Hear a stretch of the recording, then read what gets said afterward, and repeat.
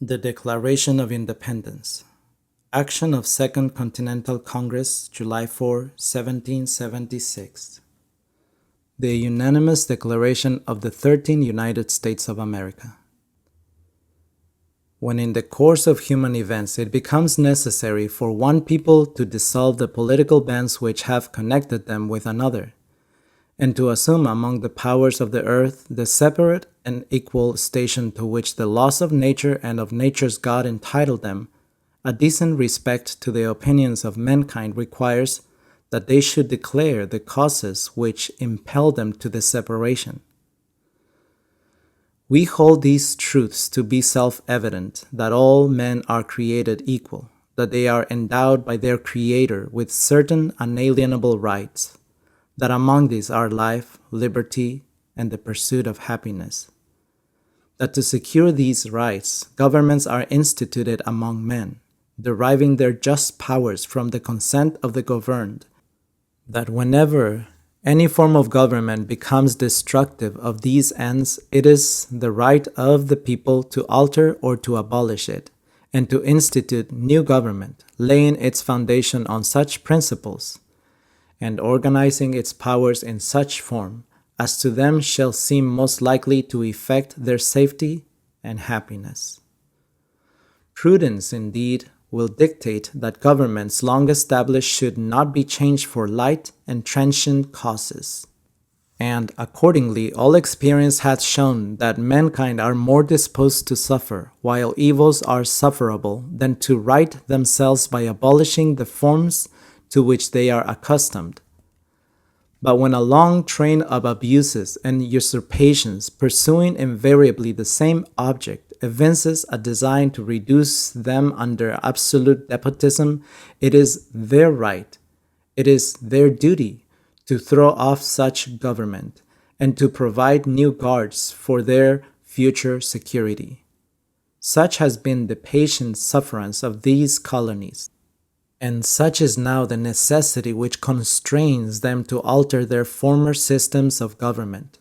The history of the present King of Great Britain is a history of repeated injuries and usurpations, all having in direct object the establishment of an absolute tyranny over these states. To prove this, let facts be submitted to a candid world. He has refused his assent to laws the most wholesome and necessary for the public good.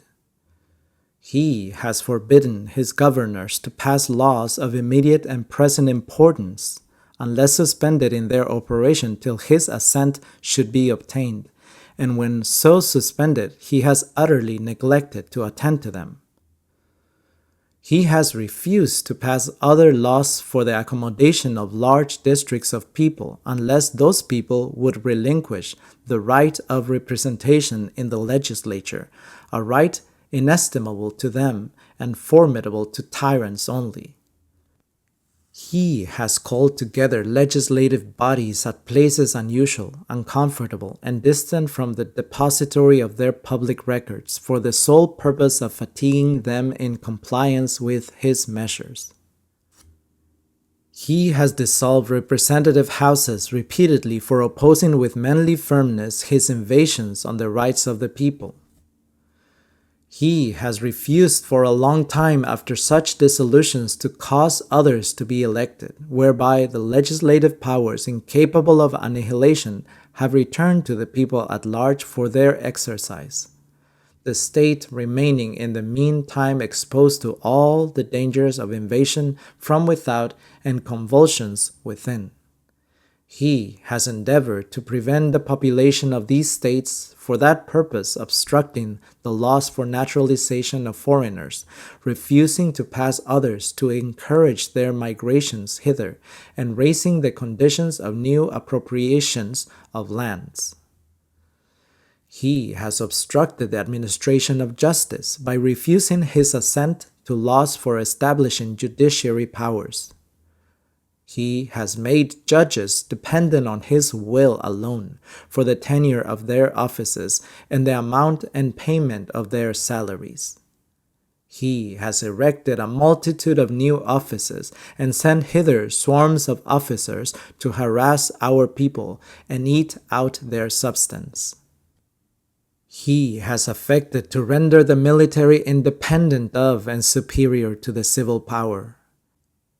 He has combined with others to subject us to a jurisdiction foreign to our constitution and unacknowledged by our laws, giving his assent to their acts of pretended legislation, for quartering large bodies of armed troops among us, for protecting them by a mock trial from punishment for any murders which they should commit on the inhabitants of these states, for cutting off our trade with all parts of the world, for imposing taxes on us without our consent, for depriving us, in many cases, of the benefits of trial by jury, for transporting us beyond seas to be tried for pretended offenses, for abolishing the free system of English laws in a neighboring province, establishing therein an arbitrary government and enlarging its boundaries so as to render it at once an example and fit instrument for introducing the same absolute rule into these colonies, for taking away our charters, abolishing our most valuable laws, and altering fundamentally the forms of our governments, for suspending our own legislatures and declaring themselves invested with power to legislate for us in all cases whatsoever. He has abdicated government here by declaring us out of his protection and waging war against us. He has plundered our seas, ravaged our coasts, burnt our towns, and destroyed the lives of our people.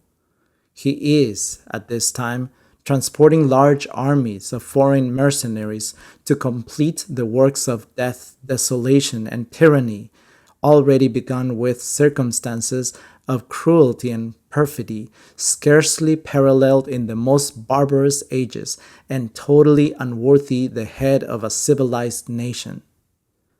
He has constrained our fellow citizens taken captive on the high seas to bear arms against their country, to become the executioners of their friends and brethren, or to fall themselves by their hands. He has excited domestic insurrections amongst us and has endeavored to bring on the inhabitants of our frontiers the merciless Indian savages whose known rule of warfare is an undistinguished destruction of all ages, sexes, and conditions. In every stage of these oppressions, we have petitioned for redress in the most humble terms. Our repeated petitions have been answered only by repeated injury. A prince, whose character is thus marked by every act which may define a tyrant, is unfit to be the ruler of a free people. Nor have we been wanting in attentions to our British brethren.